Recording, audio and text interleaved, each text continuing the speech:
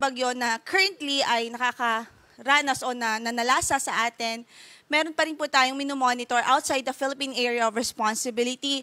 At huling nakita po yan sa layong 780 kilometers east of Kiwan, Eastern Samar. Tropical depression pa lang ho ang kanyang kategory sa ngayon.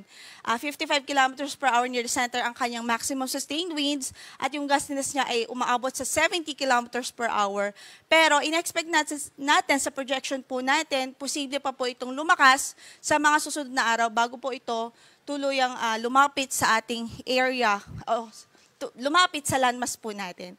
In-expect po natin bukas ay papasok po ito sa ating PAR o sa ating area of responsibility. So ang ating advice ay mag-monitor po tayo sa mga updates na ipapalabas po ng Pag-asa. So ang kanyang movement as of today, west-northwestward at 20 kilometers per hour.